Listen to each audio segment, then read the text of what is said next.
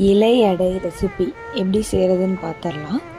ஒரு கப்போ ஒரு பவுலோ எடுத்துக்கோங்க மெஷர்மெண்ட்காக. அந்த கப்பு நிறைய சிறு பருப்பு எடுத்து நல்ல பேனில் ட்ரை ரோஸ்ட் பண்ணுங்கள். அதை ஒரு பவுலுக்கு மாற்றிக்கோங்க. அதே மெஷர்மெண்ட் கப் அளவுக்கு துருவன தேங்காவையும் நல்லா ட்ரை ரோஸ்ட் பண்ணி அதே பவுலில் ஆட் பண்ணி வச்சுக்கோங்க. 2 ஸ்பூனு எள்ளு அதே மாதிரி நல்லா ரோஸ்ட் பண்ணி அதிலே ஆட் பண்ணி வச்சுக்கோங்க. அதுக்கப்புறம் துருவன வெல்லம், அந்த கப்பு எடுத்து மெஷர்மெண்ட் கப்பு அதே அளவுக்கு துருவன வெல்லத்தையும் ஆட் பண்ணி கொஞ்சமாக தண்ணி சேர்த்து நல்லா வெல்லம் கரைஞ்சி வந்ததும் அதில் தட்டி வச்ச 3 ஏலக்காவை சேர்த்துக்கோங்க.